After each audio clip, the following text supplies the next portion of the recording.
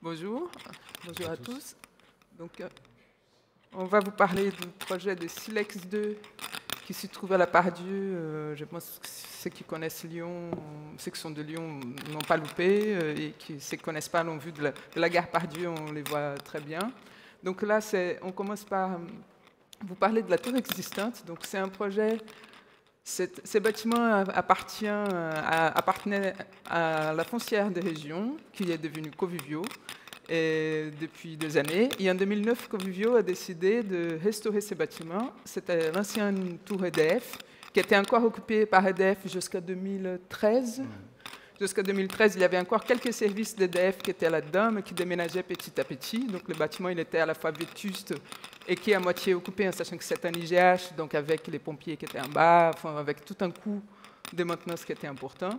Et en 2009, donc, Covivio a appelé Marchtect, dont Stéphane représente l'agence, pour réfléchir à qu'est-ce qu'ils faisaient de ces bâtiments, est-ce qu'ils démolissaient, est-ce qu'ils conservaient, mais comment les rendre viables économiquement pour les mettre au goût du jour. Et donc, Marchtect ont travaillé 4-5 ans sur des faisabilités. Et quand ils ont trouvé un projet qui, Covivio était assez mûr pour lancer l'opération, donc Arte Charpentier, donc, que je représente, a rejoint Marchtect pour développer ces projets et cette rénovation. Donc, juste un petit tour, comme j'ai dit tout à l'heure, attendez, je trouve le petit bouton. Donc, les bâtiments, donc Silex 2 est là, pas loin de la gare de Lyon-Part-Dieu, et en fait, vient dans la série Tour Oxygène, faite par Arte Charpentier en 2010. Ensuite, il y a eu City, et après, il y a toutes les tours qui ont commencé à venir à Lyon, donc Silex 2. Donc, la question d'une tour à Lyon a continué à l'époque. Voilà, donc la Part-Dieu, donc, qui vient depuis les années 60 avec ses constructions sourdales qui voulaient faire de ces quartiers un nouveau repère du tertiaire de la ville de Lyon, et qui était l'équivalent de la Défense à Paris. Et il y a eu tout un travail de réflexion sur la Part-Dieu, qui est en cours encore, qui a donné ces éléments, toutes les tours qui viennent à la Part-Dieu et toute la rénovation urbaine qui va autour, et justement la valorisation de ces bâtiments qui existent actuellement avec cette architecture des dalles et cette architecture un peu brutaliste de la Part-Dieu. Donc nous, notre réflexion sur ces projets, elle est partie de cet existant de la Part-Dieu. Stéphane va vous parler un peu de comment Voilà, donc notre projet, c'est la tour EDF, et le principal défi au niveau du sol. De fait... Oui, donc la revitalisation de ce bâtiment était le principal défi, c'était de ramener le niveau d'accès au sol. Parce que vous voyez le niveau d'accès ancien. Le niveau d'accès ancien se trouve donc, on va dire, raid dalle. Mais ce système de dalle était un peu inachevé à l'époque, ce qui fait qu'on a des constructions et des accès qui étaient assez compliqués à lire. Donc l'idée, ça a été de sortir la tour de cette dalle, puisqu'elle était sur son pied, donc un pied béton qui était isolé. Et donc ça a été le premier travail, ça a été de déconstruire tout ce qui était en bas, enfin, le socle de cette tour, et de la dégager complètement. Et après, on a recomposé tous les espaces autour de ça. Mais l'idée première, dès 2009, c'était en fait de conserver cet édifice. Et on a fait des versions, on détruisait, on reconstruisait autre chose, mais l'idée de base, c'était quand même de garder ce bâtiment en l'état. Voilà, donc ça c'est le plan courant, c'est juste pour vous montrer, donc je ne vais pas faire d'erreur cette fois-ci. Ici vous avez la tour existante, donc avec son noyau béton. Et ce qui a déterminé en fait la forme et donc un peu l'architecture aussi de l'extension, c'est la batterie d'ascenseur qui se trouve là. On avait déjà donc un sextuplex qui était en place, et en fait on a calculé ce qu'on pouvait rajouter comme surface par plateau par rapport à ce qu'on pouvait faire avec ces ascenseurs. Donc voilà, ça nous donne donc une extension de 400 mètres carrés, puisqu'on avait la capacité de rajouter 400 mètres carrés par rapport aux effectifs.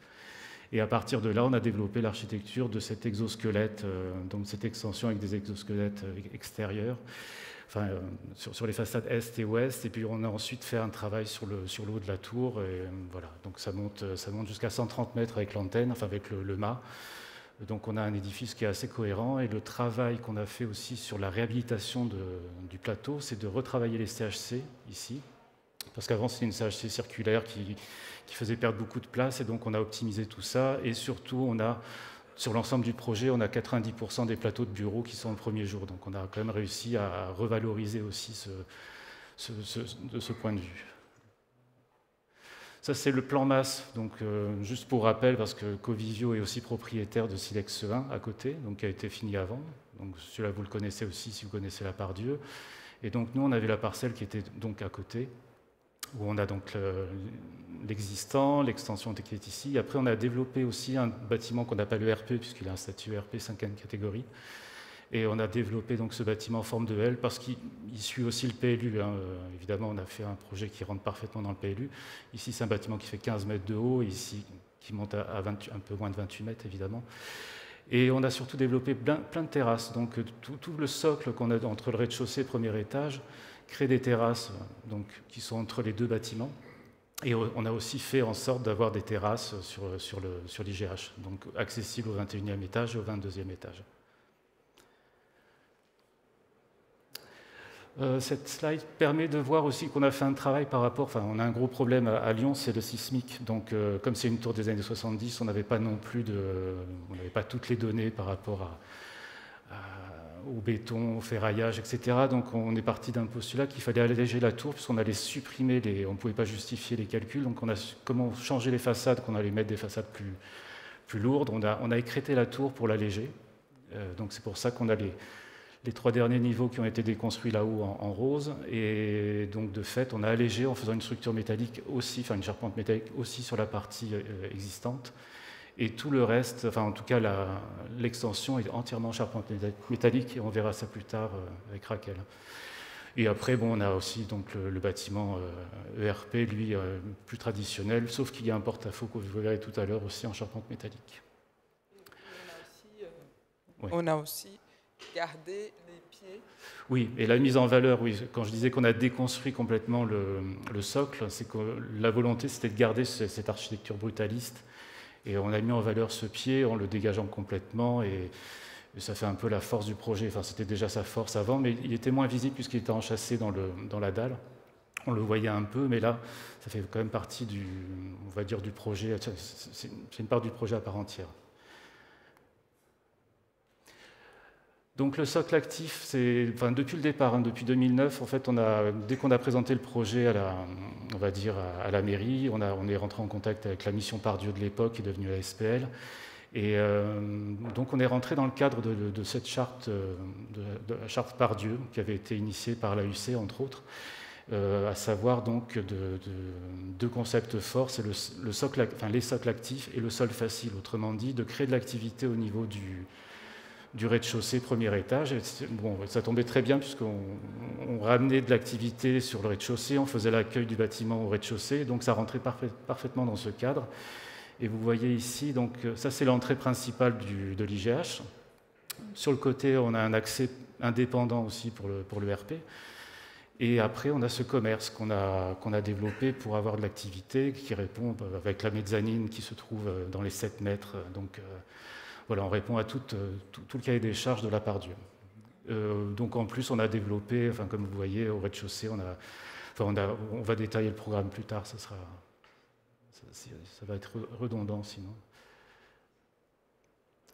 Pour les façades, l'écriture architecturale du bâtiment, c'est vraiment inspiré de la Part-Dieu. On a une grande richesse on va dire de mode et nature et de rythme. Et ce qu'on a souhaité, c'est avoir un rappel en fait de cette richesse de l'architecture des années 60-70 de la Part-Dieu, même si c'est critiquable. Enfin, il y a beaucoup de gens qui peuvent critiquer, c'est un peu dur parfois. Mais on a voulu s'inspirer de ça et donc d'avoir aussi un rythme sur les façades qui était assez prononcé. Si on va plus dans le détail, on a 2 façades qui sont très lisses, qui sont en fait comme des miroirs par rapport à Silex 1 d'un côté et la barre du lac, donc cette grande barre de logement qui se trouve côté ouest, et ces deux façades sont très lisses et reflètent en fait l'environnement. Mais pour le reste, on est resté sur quelque chose de très, très rugueux. En fait, on voulait avoir beaucoup de matière pour rappeler un peu tout ce qui se passe autour de nous sur la Part-Dieu. Donc voilà. Et puis on a joué aussi sur les... Si je pouvais juste un petit zoom, on va dire, sur le jeu de matière aussi. Par rapport à l'orientation des épines, c'était de pouvoir jouer aussi avec la lumière. On a utilisé un aluminium anodisé pour avoir des réflexions de lumière qui prennent aussi la couleur du ciel, que ce soit et puis aussi avec le soleil. Donc tout ça fait qu'on a des jeux de contraste aussi avec des éléments qui sont plutôt gris anthracite, avec des rappels comme ça on va dire de poutres métalliques et de caissons.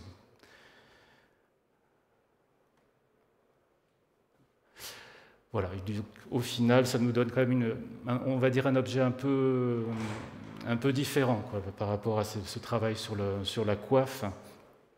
Si je mets un peu l'accent là-dessus, c'est qu'on a développé ça. Avant, il y avait beaucoup de locaux techniques qui étaient prévus dans cette partie-là, sauf que pendant les études, enfin juste avant de commencer les travaux, on nous a appris qu'on allait avoir donc un concessionnaire d'Alkia pour alimenter le bâtiment en eau glacée et en eau chaude. Donc ça nous a permis en fait de libérer des volumes là-haut qui sont des mesures conservatoires. Mais bon, c'est pas un geste gratuit pour autant. Voilà. Et puis là, vous avez le rappel des grandes lignes du projet. Voilà, donc 31 000 m² de surface de plancher. Et donc, on a quelques équipements, comme les restaurants et puis l'auditorium qu'on verra plus tard. Voilà. Je continue ? Ouais. Donc là, on revient un peu sur... donc là, c'est la maquette BIM. Donc, tous les projets ont été faits sur BIM. Nous, les bureaux d'études et les entreprises derrière. Donc ça a permis d'optimiser beaucoup de choses en termes de synthèse, d'aller plus vite, d'anticiper beaucoup de problèmes. Donc là, on voit... attendez, hop, je prends le bon bouton. Donc là, on voit donc, dont Stéphane parlait pour la démolition des bâtiments. Ici, on voit donc l'ajout de toute la partie donc, extension du bâtiment et structure métallique. Donc on a les structures métalliques en partie hôtel, toute l'extension du bâtiment. Et on a aussi toute la partie en avant du bâtiment qu'on appelle ERP, qui est un surplomb sur le trottoir, qui est également une structure métallique pour permettre un grand porte-à-faux qui est en bas. Tout ce travail, en fait, on a fait tout ce travail de structure métallique. Ça a permis d'avoir un bâtiment plus svelte. Ça a permis aussi de gérer toutes les fondations, parce qu'en fait, c'est plus léger. Et ça a aussi permis d'avoir un chantier, parce qu'on est dans un espace très exigu, en fait, à la Part-Dieu. Il avait en plus les chantiers du centre commercial qui était à côté. Donc, il n'y avait pas de stockage. Donc, les stockages se faisaient sur les propres terrasses du bâtiment. C'était assez contraint. Et le fait d'avoir une structure métallique a permis de faire venir les éléments au fur et à mesure et de les monter au fur et à mesure qu'ils arrivaient. Donc, ça a à la fois fait que les chantiers étaient plus rapides, en fait, on n'avait pas besoin de stocker autant de matière. Et une gêne moins importante aussi pour les voisins. Évidemment, les voisins d'en face, la barre du lac, ont subi les 3 ans de travaux, mais avec les structures métalliques, on a été beaucoup plus vite pour toute cette partie-là. On avait pour la partie extension donc, des bacs collaborants. Il faut savoir que cette partie extension elle a une proportion assez svelte, sans noyau. C'est assez rare en Europe. Enfin, il y a la Tour Eiffel, mais il n'y a pas beaucoup de bâtiments qui soient un bâtiment et une structure métallique sans aucun noyau béton. Donc, tous les contreventements que vous voyez en exosquelette des 20... Et on peut aussi rajouter que les 2 tours sont raccrochées par un seul étage. Il y a 2 points d'ancrage au plancher haut du 20e étage, ce qui fait que les deux structures sont dissociées. Et donc elles sont juste accrochées par, on va dire, un point, enfin en tout cas un étage. Un seul point qui permet, on a dû justifier assez longuement, surtout l'entreprise a dû justifier assez longuement pendant les travaux parce qu'on ne pouvait pas rajouter du poids à la tour existante. Sinon, il aurait fallu renforcer la structure de la tour existante, chose qu'on n'a pas fait. On a vraiment juste créé la nouvelle structure et appuyé sur un seul point pour que, pour des questions de vent, elles puissent bouger ensemble, en fait. Donc là, c'est l'ERP dont j'ai parlé, avec son porte-à-faux de 9 mètres, qui a aussi été fait en structure métallique pour permettre de dégager ces socles actifs, ces pieds de façade qu'on voulait les plus libérés possible pour recréer les liens avec la ville.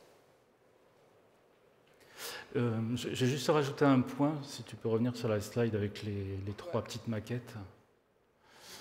C'est qu'en fait, le fait d'avoir conservé, on parle de ville durable, donc le fait d'avoir conservé la tour en l'état, c'est vrai qu'on économise 17 500 tonnes de CO2, ce qui n'est pas anodin. Enfin, on a quelques données, enfin, Raquel a fait des calculs là-dessus. On a calculé, en fait, on peut alimenter pendant un an 5000 foyers en chauffage.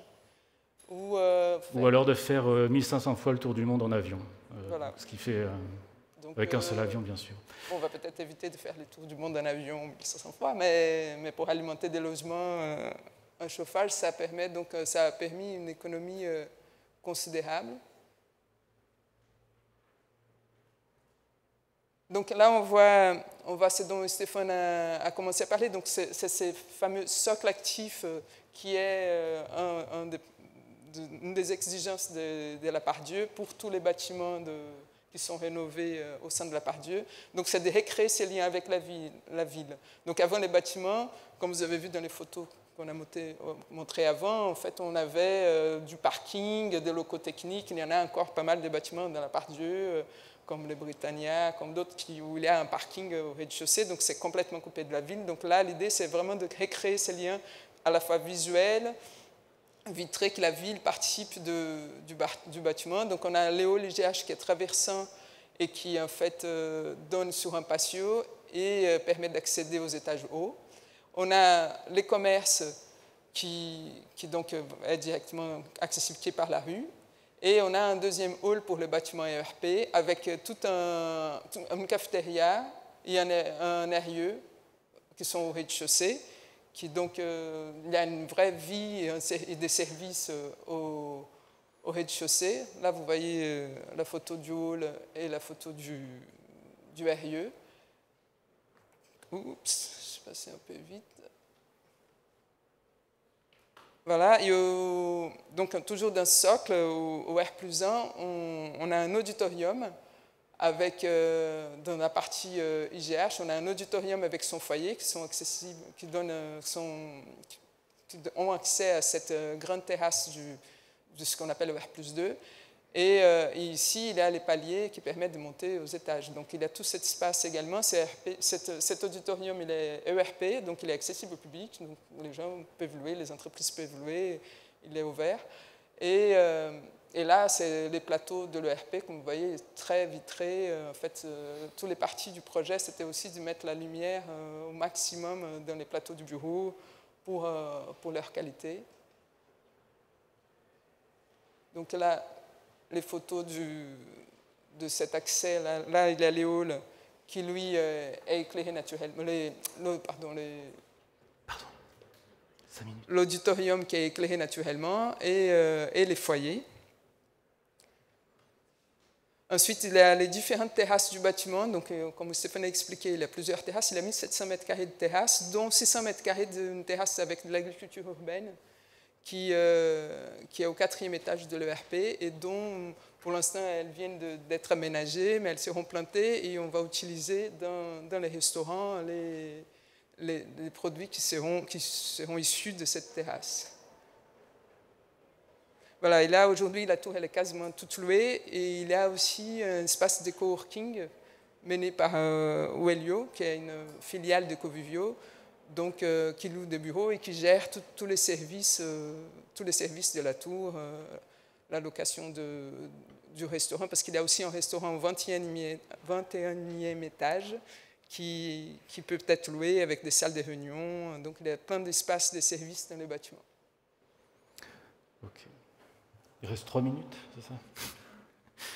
Bon, d'un point de vue environnemental, on a quelques points importants, c'est entre autres la ventilation naturelle, parce que toutes les façades, à part celle qui est ici, enfin les deux façades de pignon de l'extension, qui sont en respirant, toutes les autres ont des ouvrants de confort, que ce soit dans l'IGH comme dans le RP. Et ça vient aussi de la charte Pardieu, puisqu'à l'époque, il était dit qu'à la Pardieu, il fallait ouvrir toutes les fenêtres. Donc ça tombait bien. Nous, on avait comme premier projet de faire un bâtiment sans climatisation. Bon, on est revenu sur le sujet après, pour des raisons de confort, mais bon, c'était un peu notre ambition. Donc là, on peut voir aussi l'agriculture urbaine dont Raquel parlait tout à l'heure. On a aussi mis l'accent, comme le veut la réglementation, sur les stationnements en vélo. Donc dans le sous-sol, on a quand même 480 m² de surface de vélo, donc ce qui fait quand même 250 places. La production d'eau chaude, eau glacée, donc de Dalkia, qu'on a intégré dans le projet en cours de route. On a quelques panneaux solaires aussi pour l'eau chaude sanitaire. Et puis on se dit aussi que d'avoir créé ces terrasses. Alors on a une cinquième façade qui est très bien traitée aussi par rapport aux voisins, puisque le bâtiment ERP est en dessous du niveau de la barre du lac qui est à côté. Donc en fait, ils ont 700 à 800 m² de terrasses végétalisées ou minérales en face de leur balcon. Et en plus, je pense que l'ensemble est assez cohérent aussi en termes de prestations. Et dernier point, c'est un peu une anecdote, mais c'est qu'on a aussi traité un sujet très complexe. Ça a duré pendant 6-7 ans. C'est de pouvoir déloger un faucon qui était avant sur la tour EDF et qu'il a fallu donc lui trouver un autre nichoir à la bibliothèque ou sur Fourvière. Là, c'est quand il était sur la bibliothèque, et donc on l'a remis là-haut. Donc on a intégré tout ça dans nos études, et c'est un peu la mascotte du projet, finalement. Il est revenu. Il est revenu. On a des photos, il a une caméra, et on peut suivre. Il est revenu. On espère qu'il y aura des enfants. Voilà, et puis ça, c'est l'intégration dans le site. C'est quelques images de ce qu'on peut voir maintenant d'un peu partout à Lyon, et donc c'est un beau résultat en tout cas. Voilà l'équipe avec qui on a travaillé, donc il y a tous les bureaux d'études et nos partenaires sur l'opération, dont Builders et Partners qui a fait la maîtrise d'œuvre d'exécution. Voilà, merci beaucoup.